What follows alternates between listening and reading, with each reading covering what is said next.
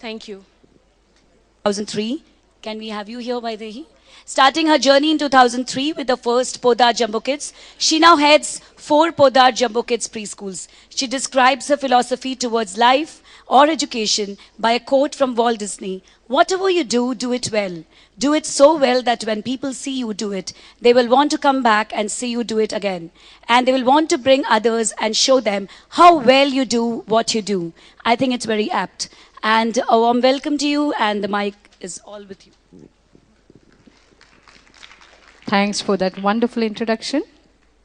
Our next guest speaker has a bachelor's degree in engineering and a master's degree in management from Arizona State University.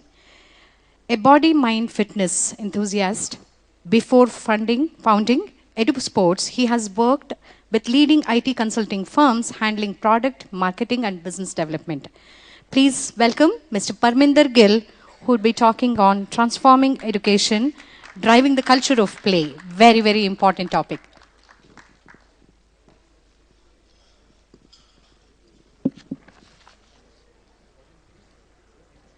So good morning. Am I audible? Okay.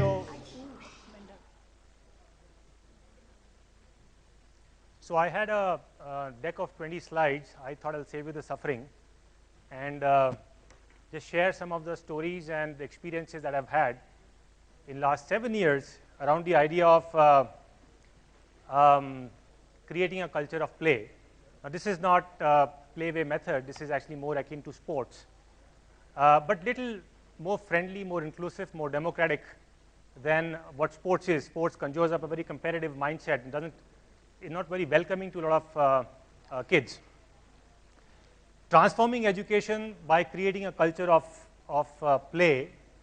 Now, I leave the transforming education part to some of you, but culture, in fact, it is said that if you have to get an Indian to climb a hill, you have to put a temple on top, right? So, and that's true. I mean, most of us, some of you smile because it is true as a culture. We are not a very physically active culture. And though there are changes, in fact, you see marathons, 10,000 people last Bombay Marathon, and Bangalore, I know, is changing. And the reason I am standing here speaking to you also, there is a change. Sports is an integral part of education, and some of us. So last 7 years, you know, I was just reading this ESSA report, Annual State of Education report, which is done by Pratham. I think they do it every year. And they said that in grade 5, 75% of children are not able to do simple division. And in fact, 50% children aren't able to read what is in grade 2 in grade 5. Now that, I think, gets some alarm bells ringing in some sense. And I have not delved into it, but I think that the social determinant, the class that you come from, determines how well you read and write as well. So I would hope and think that some of this is coming from underprivileged sector and not the schools that some of you represent or we work in. In fact, most of the children over there are able to read in grade 5. Another survey, which Edu Sports does, the company I represent, we surveyed about 250,000 children across India on what we call as fitness. And this was done across multiple things, BMI, fitness levels, across their. So we found that almost 50% children, or more than that, weren't able to throw a ball beyond a certain distance. We also found that many of them could not run, 50% of them 600 meters at that age group, right? And we also found that 60% were not fit, which means not fit to do the activities they were supposed to do. BMIs were not right. Now that's the physicality of it, and there are other related issues, because sports, if you look at the sports overall context, it's basically for the fitness and activities. But the point there is that if you look at the social emotional skills, that is completely getting missed out. And I think what we do is, as a organization, when we work with you, we look at highlighting the fitness as the physicality aspect of it, but not the things that you would potentially go talk about. So the idea that there are 3 elements in terms of, so we have found that 75% of children in the middle school are dropping out of specialized sports program. In fact, you walk into a school and more skewed towards girls, but also boys. And in fact, WHO recommends that they should be playing 1 hour every day. And our research shows 1 hour in a week is what they actually play, moderate to vigorous physical activity. I'm not talking about the regular goofing around they do on the ground. And the second aspect of that is that there are also studies which show that they spend over 2 hours every day in doing social media, internet, TV, which is new to this generation. Some of us didn't grow up in that generation, and we found ourselves playing a lot, right? So there is a complete disconnect between what is recommended and what is actually happening on the ground. Now, is that, and all this is happening in the privileged world. Why I gave you the idea of ESSA report was that that is coming from underprivileged, but the privileged children are getting challenged, perhaps a challenge because they aren't playing enough. And that is the other part which I think is more serious in our view. Now, what I'm coaxing us to do is it a problem or challenge big enough? Big enough to change few things, right? And most of you I know are well-meaning, some of you, and I'm going to just talk you through some stories in our learnings of what we have seen and work. Last 7 years we've been working around getting children to play in schools. And so I'll just share one clear, and this is more driven by economics. And I think school system or education system is a reflection of us, our thinking, our society. It is not on its own. What we think is what school education system is. So if you look at the driver behind any education system is the elitism, which means all schools are geared, and in fact I'm saying all and I take it a point, all schools are geared towards graduating students who can get admission to elite colleges, period, 12th, right? So most, and they get to elite colleges, they get better jobs and they get more money, and that is the connection between what a good school and what a good occupation and therefore the economics of it. And there is also a study which says that math, science, English play a very big role in getting children to elite schools. And which is why these investments that happen in the school system is more around academics, let's put it that way. Right? And there's no surprise that some of you would have experimented with smart classes and all kinds of science labs, math labs, English, and there are a bunch of them. And most of them do the, and I'm not deriding any of that, because they are actually helping all of us to produce those children which are required in the society and the jobs and so on and so forth. Right? The second aspect of it is the idea that if you look at the sports context, now I heard about this delayed gratification concept in the morning. I think Ms. Swati mentioned about that. The idea that I could have a child playing today and wait for another 10 years before they are able to attribute the success to the playground is missing.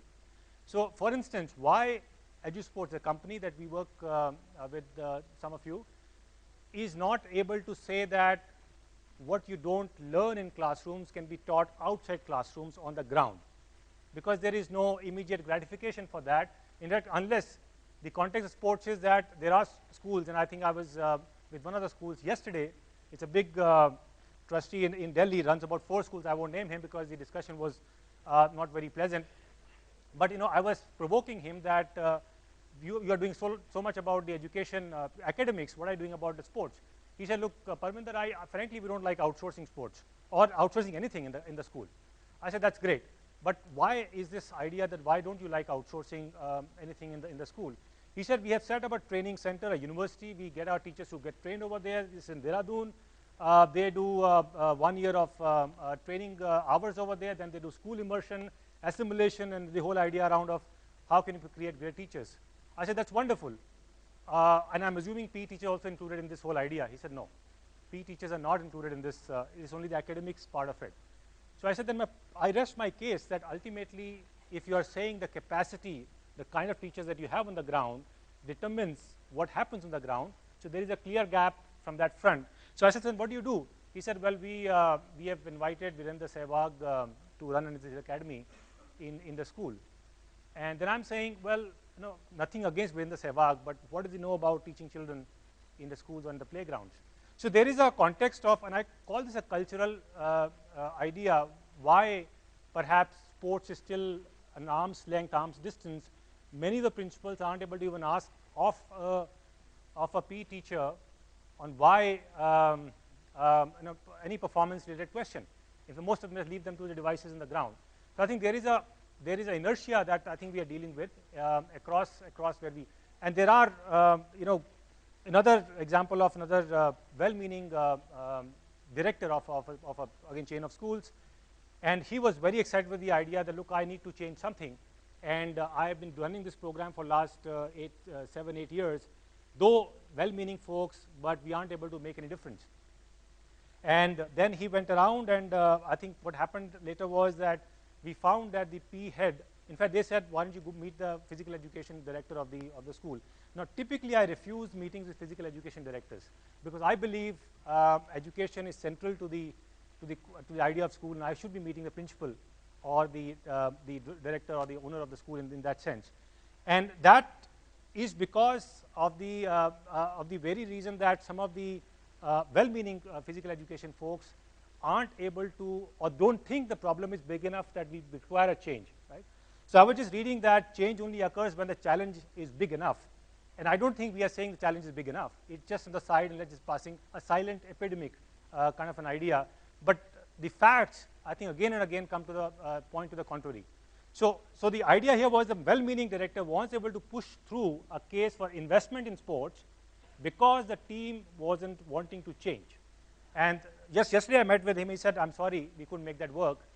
So I said, well, you know, what happened was after our meetings with the PE teachers, they actually went back in their room, created detailed assessment reports, created a bunch of things that sounded like what we do with schools. And there was some level of energy that was missing earlier. So I said, we haven't failed. We have actually provoked some people to change, and which is what the whole idea of getting investment into the sports. So I think I would just park some of these stories. Another story which I think was very recently again, another school, a big school in Bangalore, and we were talking about their class in value education. Now this is a very different idea about how what sports can be used for. And she said, look, we have a consultant who comes to the school and runs a value education program. And I said, so what's your, and we were trying to see how sports can help in building life skills or social emotional skills as they call them. And we believe that some of that, so sports is education. That's our worldview. But in a way, so she said value education, well, they teach a bunch of things, but Parminder, what is happening there is that some of the kids who are scoring A or the best grades in that class are the kids who are coming out and bullying children in the corridor. So clearly there's a difference between what knowledge and what behavior. So culture is about behavior, it is not about knowing things, it's about actually what you behave, how you behave. And I think that happens only in playground or in a battleground. It doesn't happen in classrooms. Classroom is for knowledge. So I believe there's a connect that is missing, but could you now put your money, in fact, as an organization we work with schools, so there is a financial context of it. As an organization you work with parents, there's a financial context to it. Would you put out your money and say, or parent would put out your money to say, okay, build life skills, and I will give you X number of rupees. There are programs of all kinds on cognitive and non-cognitive and bunch of things around that. In fact, parents are paying 12,000 rupees for a workshop for the children to become better in stress busting and so on and so forth. And I felt that all of them were driven with the idea of economics I mentioned to you, admission to elite colleges, not because inherently you want to become a better person, well-rounded person. In fact, in our minds, when we say as a company, who are our brand ambassadors, it is not Sachin Tendulkar and Sehwag.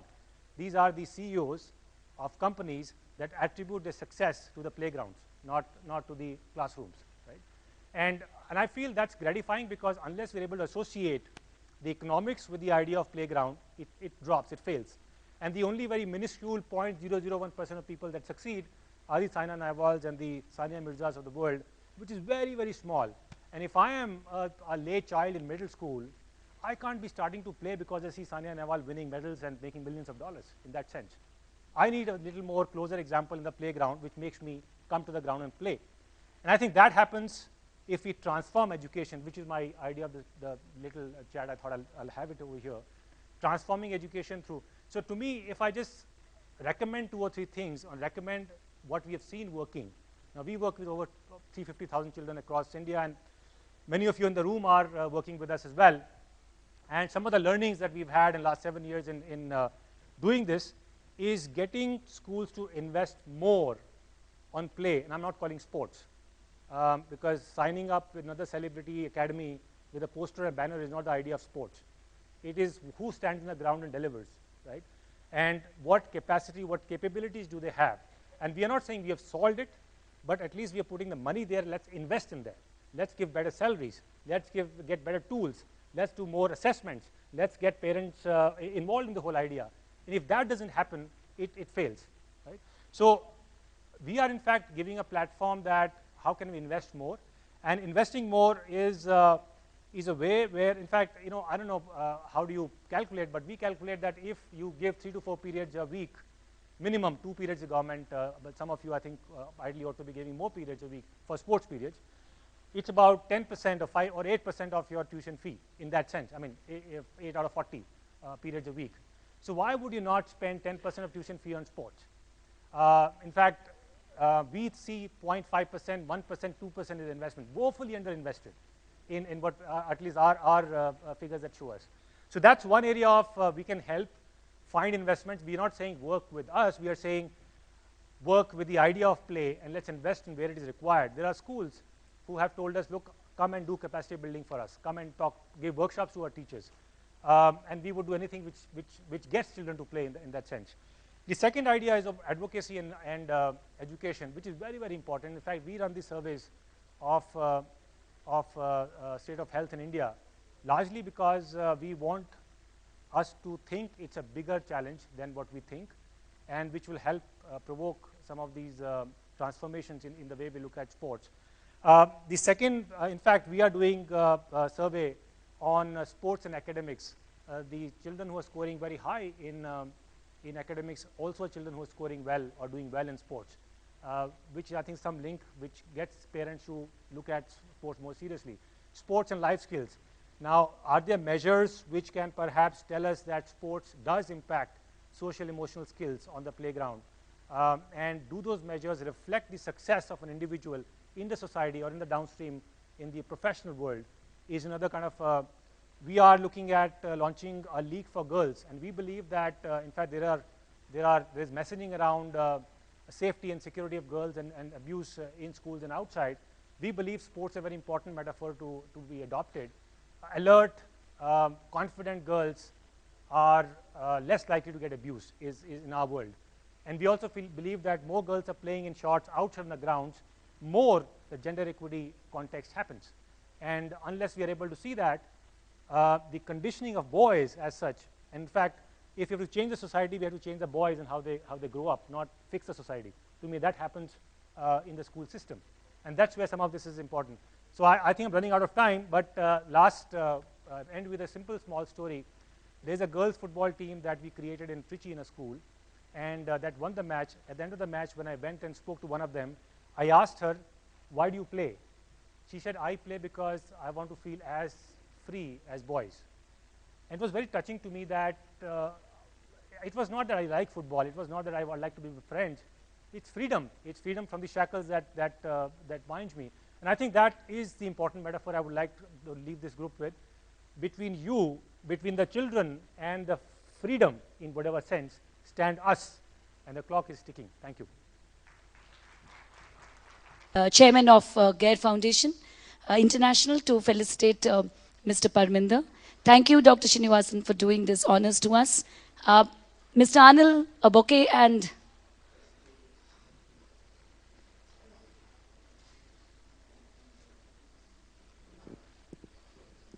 Thank you very much, Mr. Parminder. I think it was quite enlightening on the talk on sports. I hand over the mic to Ms. Vaidehi. That was indeed a wonderful talk. I think it's certainly a very silent epidemic growing in amongst children. As he rightly pointed out, physical development is more becoming a package, right? As he said, Virender Sehwag package, Sachin Tendulkar package, whereas it should start right from the childhood, right from the parent, and it should become an integral part of any education, right? Again, just to point out my experiences, since I run early childhood centers, we do have parents carrying a 4-year-old child and carrying them like a baby and then coming to the school to drop them. So it starts from there. a parent do not feel the need, the child knows how to walk now. A toddler can walk. So why should a 4-year-old child be carried? So it should start from there, and unless we give importance and make it an integral part of education, it should not be a packaged program for children in the school. So very rightly pointed out. Thank you, Mr. Parminder. In continuation with the same thing, we have a wonderful panel discussion now. The topic being early experiences elevate everything. Early brain development using the power of play. The power of play includes both indoor and the outdoor play. So we have on the panel the chairperson, Mr. Amol Arora. I would just would want to introduce dedicated educators, experts in early childhood are our panelists now. Strongly believing that each child must get a chance to gain quality education is Mr. Amol Arora. He is the Vice Chairman and MD of Shemrock and Shemford Group of Schools and Preschools. And on the panel, we have Dr. M. Srinivasan with over 40 years experience in the field of education and firm in the belief that students are his ultimate teachers. And I welcome him.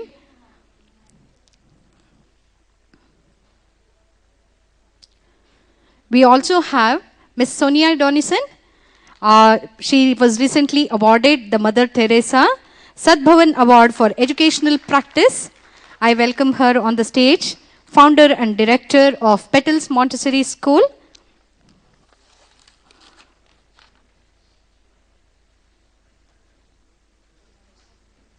Yes. And this is yes. Samina Mendes. Yes. I would want to welcome another esteemed person, panelist here, Ms. Samina Mahmood. She began her career as a high school teacher and then was deeply impacted by the philosophy of Maria Montessori, and she started the Head Start in 1984 and is still part of the Head Start schools.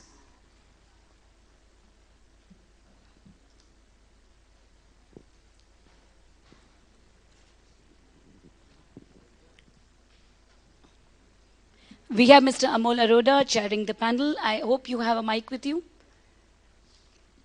Enjoy the discussion.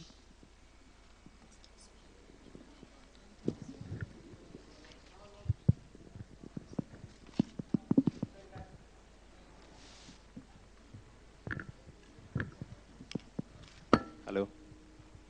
Hello. Hello. This is better. The volume's different. Or the mic. All right, we'll start. Theme running.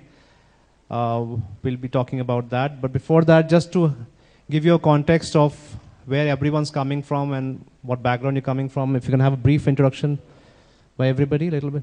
Could we start with you, ma'am? Hi, I'm Samina. Actually, I would like to share that it was only now that I think I'm filling in for someone else, but who has fallen sick. Yeah, I founded Head Start Montessori House of Children in 1984. And as Dr. Srinivasan said, I think we always learn more from children than they learn from us. And at whatever age, I don't think someone had mentioned earlier that, we have to help everyone reach their full potential. But that is a journey and a quest that is lifelong. And I hope we all continue to work towards achieving that potential. Okay. Good morning to all of you. I'm Srinivasan. Gear Foundation is about 20 years old. We are in the 21st year in Bangalore. I know in the field of education, and particularly school education, every single person feels he or she is an expert. And I have no objection to that. I don't feel I'm an expert. I feel I'm an ardent student of life and learning. And I think this process continues. I really like working with children in enhancing their ability in terms of multiple intelligences and ability to deal with tasks and challenges. And I think I'm happy with what's being done in the whole world, but I always believe there's a lot of room for improvement.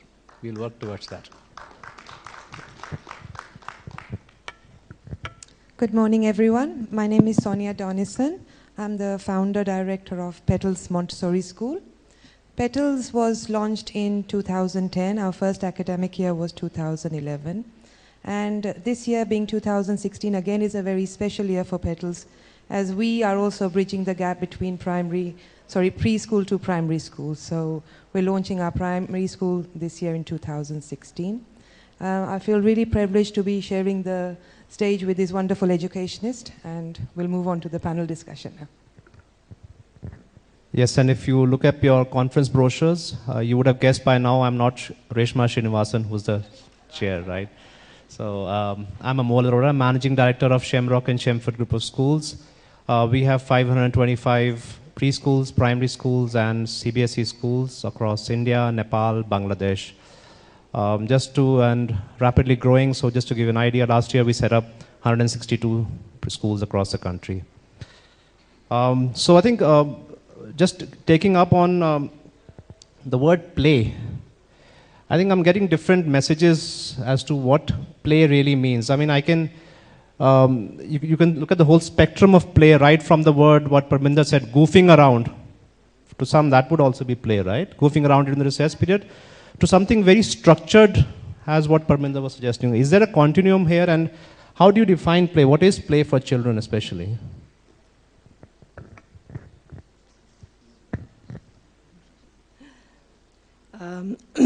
Hi. Actually, I really feel that play and work sometimes are like two sides of the same coin. A very young child enjoys work, but in a playful way. And for them, it is a natural urge to achieve something because they enjoy it. I don't think we need to create necessarily separate environments for play. I think play and work go together. They learn with both. And, sorry, a child who is working is doing something because he enjoys it. It's not necessarily to achieve a goal, but rather to be, to enrich his own or to fulfill his natural urge to do what he needs to do. And this is what Montessori explains, that work is a very, very natural part of development. They say, I am working. Play, yes, there are many, many opportunities for play which come through the natural working environment. And the things that they learn, the social skills that they learn in the environment help them in the play area as well, such as community, social sharing, turn-taking, waiting for something. There's been also a lot of discussion about deferred gratification, whereas in a Montessori environment, children take it as part of a natural learning experience, that if someone else is waiting for something, I wait for my turn. It's something that comes naturally without being taught. And similarly, when they are playing, they do role-taking, they take turn-taking. And we can just facilitate this process for them. But it is very much a part. They may be playing, but they are actually learning, and they are working at the same time. And this helps them to be all-rounded individuals.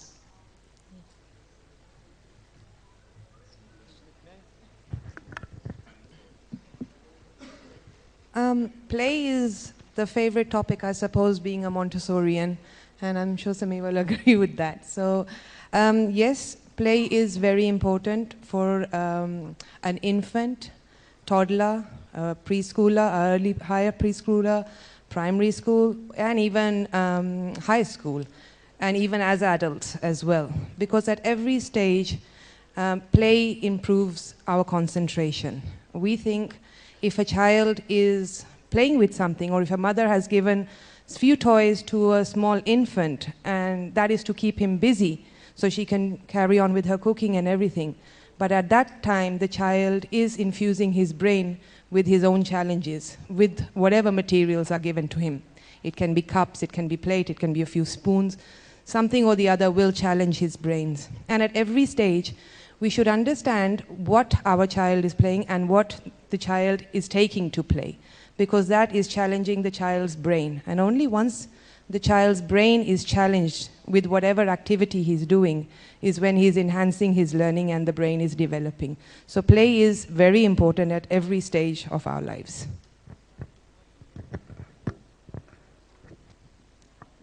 I think this panel is more of Montessori-dominated group. I am an ardent Montessorian by belief. I am not trained in that, but I have two colleagues who will stand by me whenever I talk about Montessori.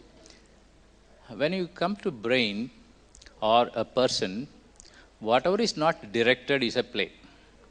If a child is doing a program on the computer or doing something on the computer on his own or her own, that's a play for the child. If a teacher teaches the child to do a program in C++ using this image, this, then the child will not like to do that. If you take a 2.5-year-old, whatever the child feels like doing, that's a play.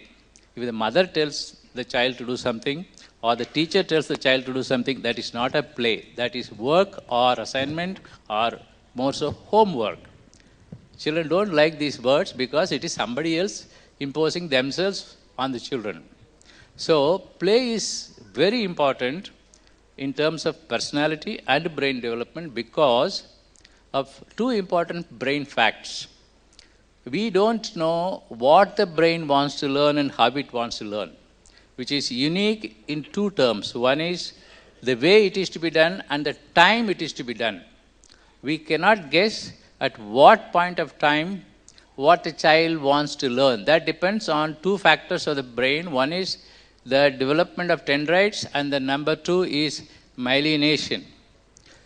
When that is done, the child is ready to do that work. When the child is ready to do that work or take that challenge, we don't give the same challenging work, but the child can choose. That's where Montessori scores over any other method in the preschool. So when the child is able to select the work the child wants to do and the difficulty level, that's the best for the child because the brain expects that. There is an expectant brain expecting a kind of or a type of activity of a level. So if that is given, the child is playing and learning the utmost possible. It is not academic learning. It is learning to solve problems. It is learning to create. It is trying to understand. And experience is the most important thing. And if you reflect on the experience, you learn. If you don't reflect on the experience, it's just an experience. So if you can teach the children to reflect, to think about what they're doing at whatever is the stage, that's a fantastic learning. That would again be a play. Thank you. So I think we got two kind of definitions there. One was talking about that play and work are essentially the same, and the second saying that it's about whether the child is intrinsically motivated or there's a teacher directing them, and that makes a difference. So can this bridge be overlap, as you say, that if a teacher is getting the children's interest and then getting them excited about something, would that still be play or would you call that work? Because now you got the child's interest, so he is intrinsically motivated now, but it has been set up, there's been a stage manager for the scenario, you can say, by a teacher. So is that still play or would you consider that work? Sure. Actually, if you want my sincere opinion, none of us as teachers can teach the children, particularly the younger children. If we intend to teach, we need to know more than what the brain specialist knows. So the best is to leave the child to learn by himself or herself. If a teacher, a super teacher also, cannot design a learning experience for every single child. Whatever we are doing, the child and the parents accept it. So we are the masters. If they question it, you have no way of saying this is the best for the child at that particular time. So it's a world of make-believe. We are happy with that. And it will go on for a long time. So I don't believe a teacher can direct the learning of a child by designing activities, by giving worksheets. It has to be more emergent, that's a definition. If you are following an emergent curriculum, then you may be 30-40% okay, not otherwise. The next question I'll ask Sonia. Sonia, we all agree, and I think as a panel, as an audience, that play is very important for children. And most of the 21st century skills that we were talking about, collaboration, communication, creativity, all these skills are taught are learned, if I don't use the word taught, but learned in the playground, right? Yet, if you are running a preschool and you see, and parents come and see children doing just free play, parents' reaction will be just playing. What are you doing? Why are we paying you the fee? So it seems that the curriculum seems to put pressure. The parents, I mean, schools tend to say that normally. Would you agree? Is it because of the curriculum, with the pressure that UKG they've already taught handwriting and still you're stuck with, you're just letting the children play? Is that something you'd like to blame the parents or the system, or what would you say? Why not? Why aren't schools doing what they're supposed to do? I suppose in preschools, when we're looking at preschools, there is a time, there is a stage for every child to have a certain amount of developmental stages. So we can't force a 3-year-old child who is not able to hold a pencil to write. So this is something that we educate our parents, we make them understand that if you're going to be putting your child into this school, this is how we work. We have to enhance his fine muscle movement, gross muscle movement, which are more important, and as well as staging his environment, meaning making him understand to walk in the line, share. All those are the major areas of concentration when we look at preschool development. And majority of all this happens through play, happens through games. And a very important area which we look in terms of our whole life development is that we tend to ignore a lot of times, is how to teach a child failure. A lot of children, how do we teach them how to lose? Is it okay to lose? We all teach them how to win and wait for the award and everything, and people are happy with that. But how does a child learn that he's lost, his team has lost, or he has lost? And that again happens in a very nice way through play. So it's a very important lesson that's learned, which is going to be useful for the whole entire life for any human being, is to first learn how to fail. Because if you learn how to fail, you'll always learn how to win.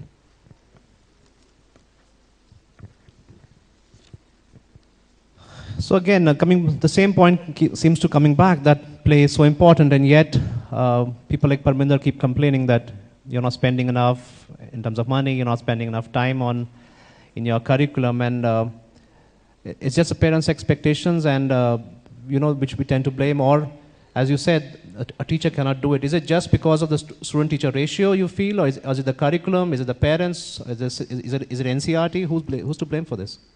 Let's not blame NCERT. You don't blame a disabled child.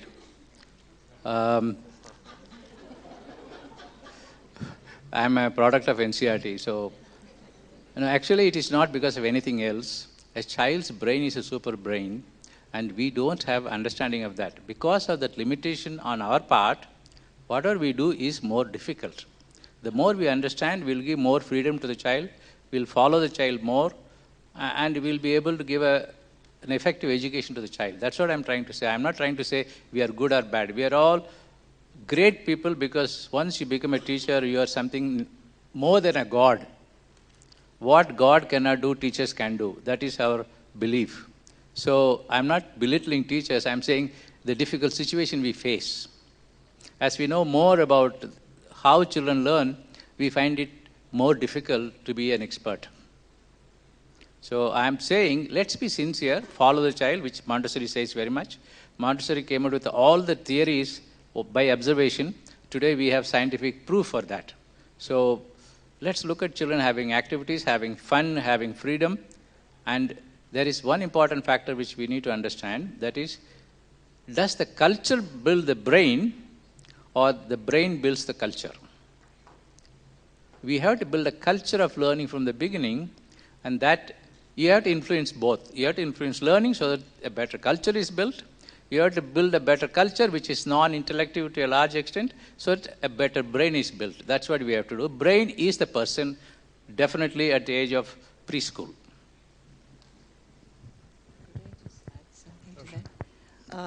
I'd also like to add here that, through play and work, the movement is extremely important. We tend to restrict children and make them sit in one place. But it's been proven that, brain development happens maximum when a child is allowed to move, to be in touch with his environment, to sensorially feel all that is around him or her. And it is important, like even in utero, when the baby's in the womb, the child is already learning and moving. They are responding to the mother's voice. After some months, they can hear the mother's heartbeat, the mother's hiccup, and they get used to the voices of the parents around them. And after birth, look at the amazing growth that happens without the child being taught. No one teaches the child to turn over, or to sit up, or to crawl, or to walk. It's his own intrinsic urge to develop that helps him learn all these things. And what is important, I think, which is very good, that now everyone is giving importance to the first 6 years of life. The maximum growth, the maximum learning through work and play happens at that stage. And I think we rightfully now are recognizing this and giving due importance. But I'll just add on to that. Yeah. But don't you feel the pressure from, as an educator, that the pressure from parents to reach certain milestones by the time a child is certain age? If you really enter into a child-directed and child-centered approach, it does make certain milestones in terms of curriculum difficult to achieve, and then parents' expectations. And on top of that, with today's environment, with parents, I think you would have noticed, getting into very structured programs. Oh, from 3 to 4, she goes for dance classes. From 5 to 6, she does this. Is it just because we don't have places to play? Is it just because as a community we're not up to the importance of play? Or how are you dealing with this, where you calling it work and play or work/play? And yet we seem to be struggling with this thought of how do we really integrate more play into children's everyday life? I think, yes, educating parents is equally important in understanding young children. Sometimes the parents' expectations do not suit the child's development. And each child, like if you have many buds on one flowering plant, every bud does not open at the same time. Some blossom earlier, some blossom later. So it's important not to have fixed milestones. It's very natural for us to say by the age of 3, the child must do this, or by the age of 4, they should know this, or they should not know that. But in that whole process, we forget the child. Every child is an individual. Some do things faster, some do it take a little more time. So I think as a parent, I would say that recognizing the individuality of your child and allowing the child to blossom with encouragement, without being put down without being compared to another child, is very important, because ultimately we all do things differently in life. And that's what makes life interesting. If we were all the same, life would be very, very dull and boring. Yeah.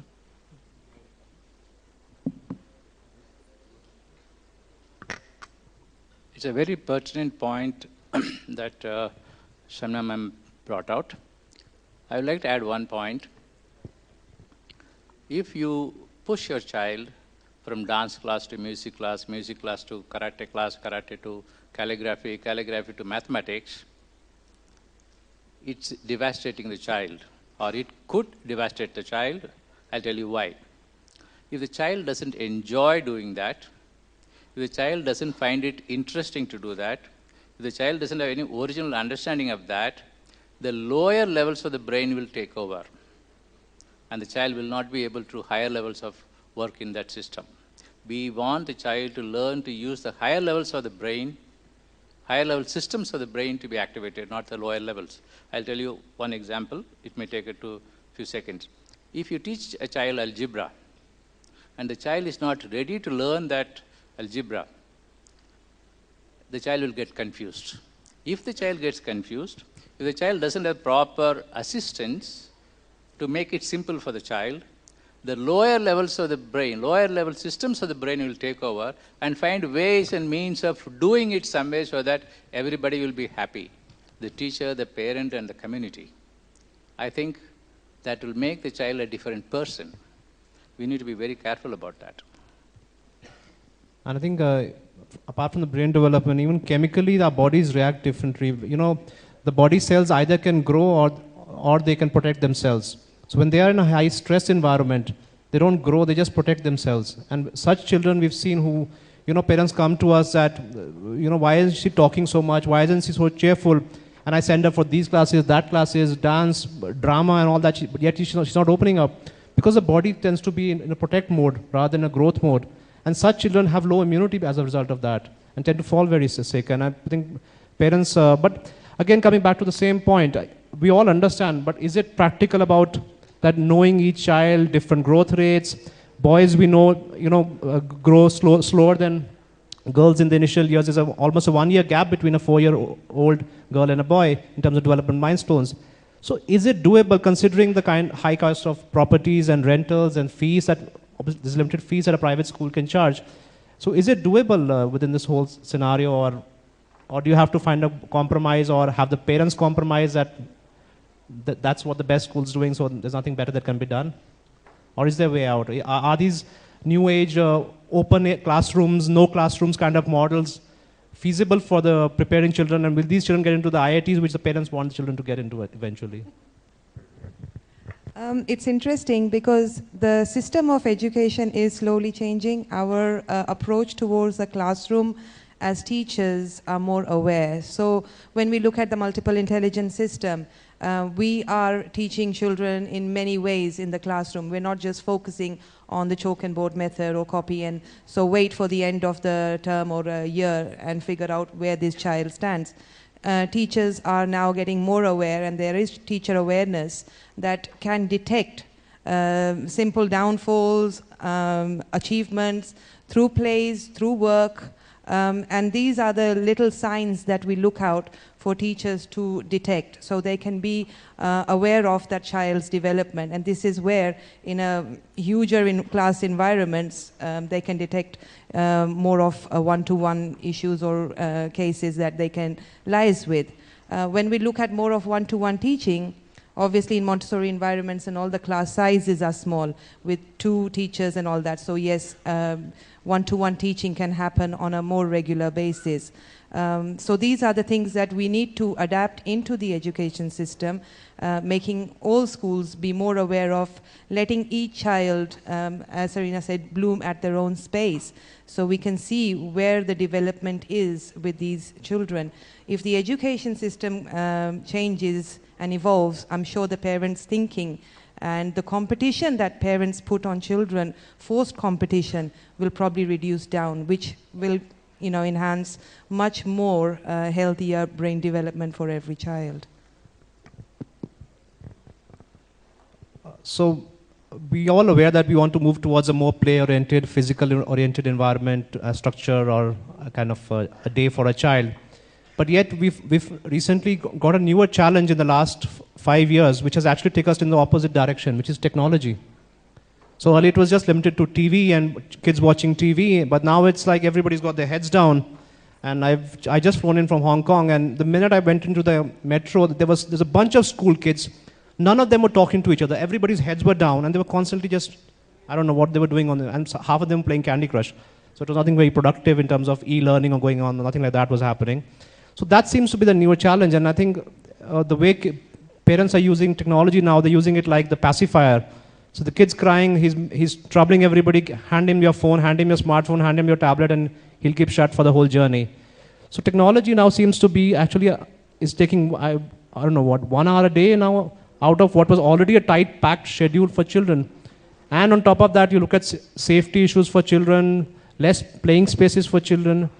So are we headed for a doomsday scenario for this children? How are we going to involve? What is brain development going to do about this? Because this is a totally different wiring to which previous generations have not been wired for this kind of generations. Our physical bodies, our necks, we're going to experience, this generation is going to have some big challenges, right? So not only are we not doing anything about it, we're actually going in the opposite direction, right? Because of technology.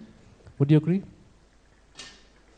Mr. Amol, I think we are hard pressed for time, so throw it open to the public. Probably they will react to this, and they will. We'll throw the floor open to the people to ask questions. One second only. You cannot deprive the child of something which the child is most interested in. If you stop, if you deprive, they will find some other means. Only thing is to educate them, to give more useful things. You can't do away with the technology. You cannot wish it away. So let's only look at ways and means of making it more meaningful, more useful, that's all. Like there was a time when we used to feel gladiators are distracting children, sports and games. Now it has come to technology. So technology is a great thing. So I don't think we can think of doing away with technology or delaying it. We'll have to see how we use it. Absolutely. I think it was a wonderful topic on play. Any question answer session from the audience? Audience have been very, very quiet. This is a very interesting topic. I thought we would receive a lot of questions. Anyone? Okay.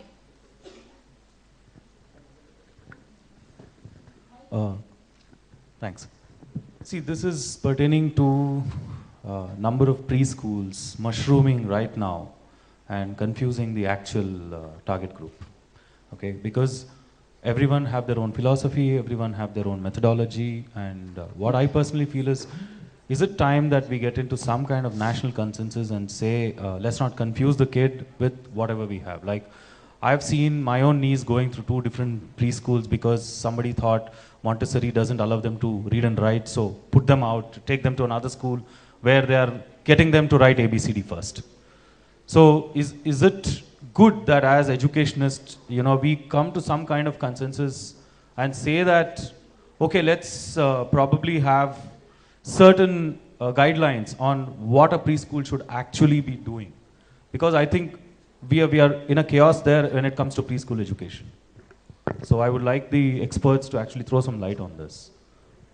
See, I think even not only in your Bangalore or India, world over, there are many different philosophies of preschool education. It's not one, and all of them coexist, right? So as a parent, I think I would, as a consumer, if I can call myself, I'm actually happy to have choices. Whereas when you enter the senior school segment, your choices are limited to IGCSE, IB, and CBSE and ICSE or the state board.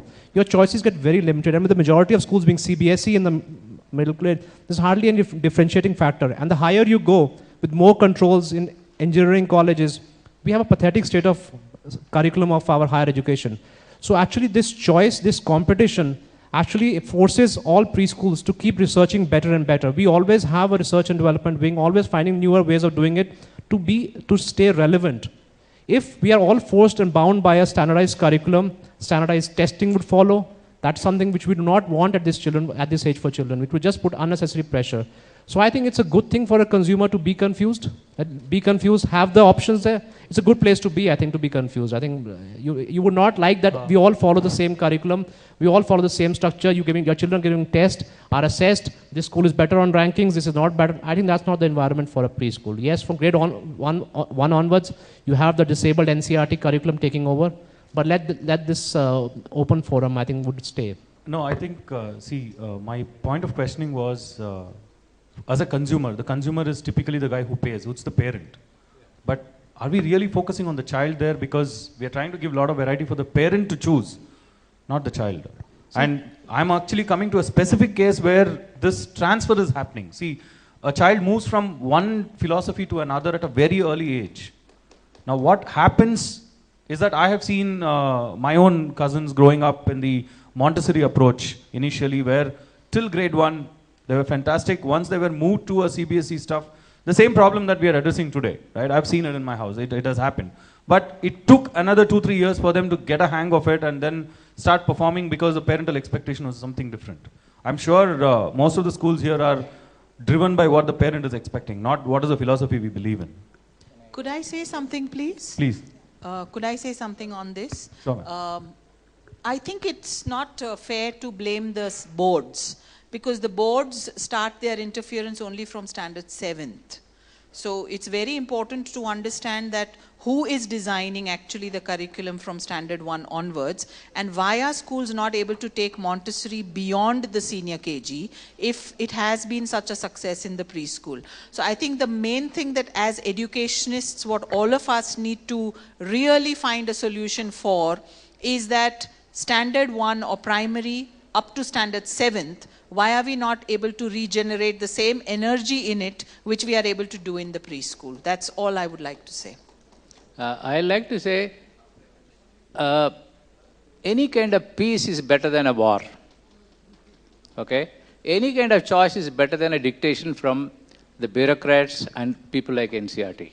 So we don't want to tie our hands because our hands are too free and it's creating problems. The best thing is parents and teachers to be more aware, do sincere work and be open, that's all. And I have very sincere opinion, which you may take or not. If you want your child to learn ABCD 1, 2, 3 first, I think you are on the very wrong footing. And Gardner, who is the proponent of multiple intelligences, says the child learns more than 50% of the lifelong learning in the first 5 years. And if you mess up with the first 5 years, we are messing up with the child's life because you are disturbing more than 50%. So I don't think it is fair to say learning ABCD is important. It is not important. Learning to learn is more important. And in ABCD, there's no... See, first of all, one teacher teaches all the child. Why? All the children. Why? So that itself is fundamentally wrong. And it is not age appropriate to teach ABCD at the age of 3. They have no meaning. They will just, I told you, the lower level systems will take over. They'll learn to by heart. They'll please the teachers. They'll please the parents. But ultimately, they are going to suffer. Do we want that? The questions you have to answer and take a decision. Wonderfully mentioned. I like to endorse, ma'am, can I just have a little minute? I like to endorse on what Dr. Srinivas said, and I like to endorse the parent out here. I don't know whether it's parent or it's a educationist. Talking about preschool, I think it's time that in our country we have something more uniform. And what probably he was trying to say is we have kindergarten, we have Montessori, we have something called Waldorf, I don't know, that 10 million things. So for a parent who doesn't know what it is, so tries to find out what should I do. But eventually from when they go to the normal school, which actually begins from the first standard, and I'm just correcting Ma'am Popert there by saying it's around 9th that the board actually intervenes. So 7th is also up to the school level, up to 8th I would say. From 1st to 8th, it's a school level, whatever they would like to do and how they'd like to go, eventually conforming to the board from the 9th onwards. So coming back to the preschool, why don't we think of the child first of all, the age of the child. The age, it's going lower and lower and lower. I think it'll come, day will come and they're born and they're put into preschools. For whatever reasons, I don't know. Then that could be increased to the formal level where a child really can sit in a place away from their parents, you know, and be comfortable. Then comes the curriculum implementation. What kinds of implementation could it be? Something which is conforming to the child's happiness. And once that happiness is there, it's like a pillar. Their legs are strong and then they can walk and then they can run eventually in the board exams and so on. So why don't we focus on that happy part of the child in terms of the timings, wake up early in the morning, that could be also brought down to a very comfortable level of their waking up time, their age appropriateness, and so on. So it's just an observation. Thank you. Thank you so much. I think we are now crunched for... That point. See, at the age of 2.5, around 2.5, the brain changes fundamentally. And that's the time the child wants experience, not education. So 2.5 is the time to start, but the atmosphere has to be such that the home is extended. That's why it's called Montessori House of Children. It is called House of Children. It's not school. So if you can do that, that's good, because at home the child won't get the same experience.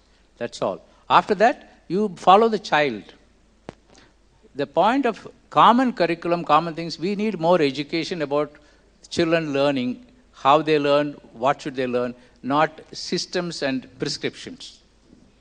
Thank you so much. I think, you know, when we talk of, again, play, it's always the egg and chicken story. We always, the educators, blame the parents, saying that parents are exercising a lot of stress and pressure.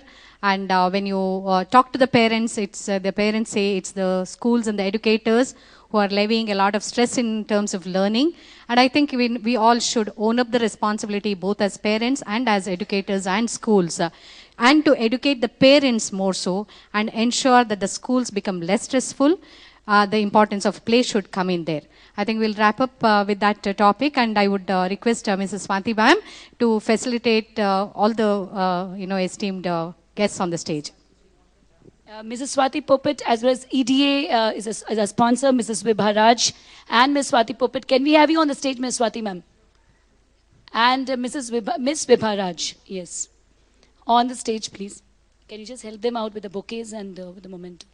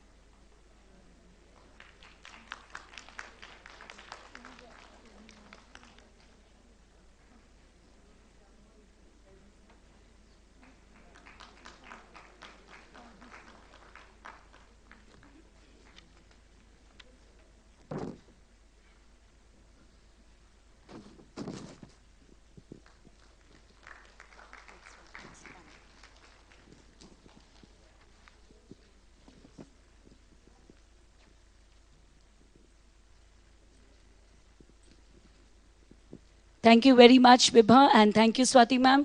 You've always been a mentor, and thank you very much for your keynote address in the morning. Thank you, everybody here in the panel, panelists, and especially Mr. Amol to have chaired the panel in the last moment.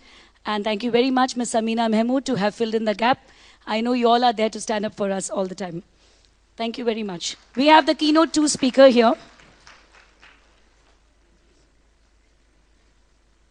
It was lovely hearing all of you. Thank you. Us under control. We educationists have the way of speaking. Having traveled all the way from Gurgaon, in our next keynote speaker of the day, Mr. Kartikeya Saini. Can you put your hands together for Mr. Saini? He's a chairman of Scottish High International. Not only does he believe in dreaming big, he believes in leaving no stone unturned to accomplish it. There is no stopping him in the dream to provide global quality education to children and seek an equality world-class foray into higher education. A very warm welcome to you. Thank you. Thank you very much.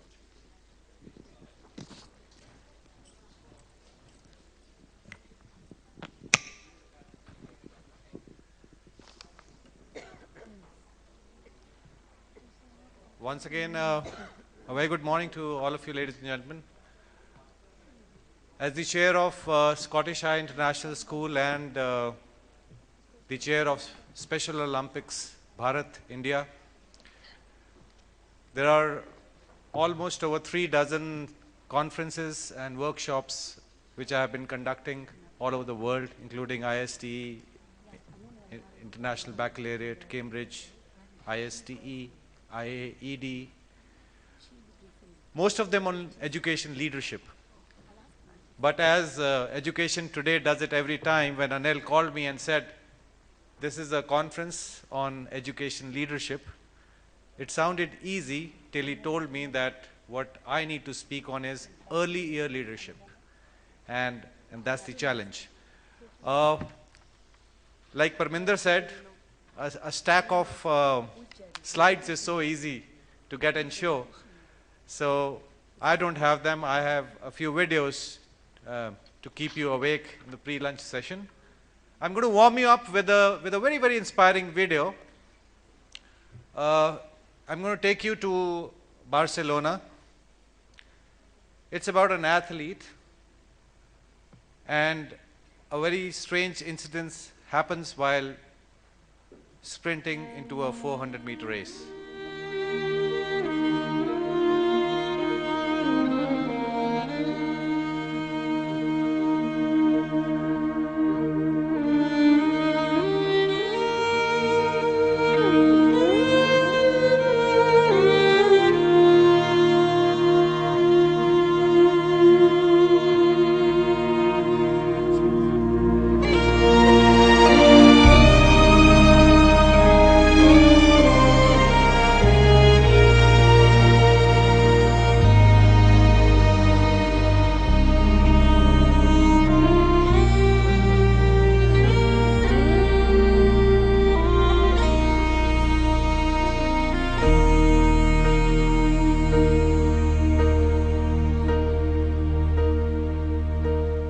When I am down and oh my soul so weary, when troubles come and my heart burdened be, then I am still and wait here in the silence until you come and sit a while with me. You raise me up so I can stand on mountains. You raise me up to walk on stormy seas.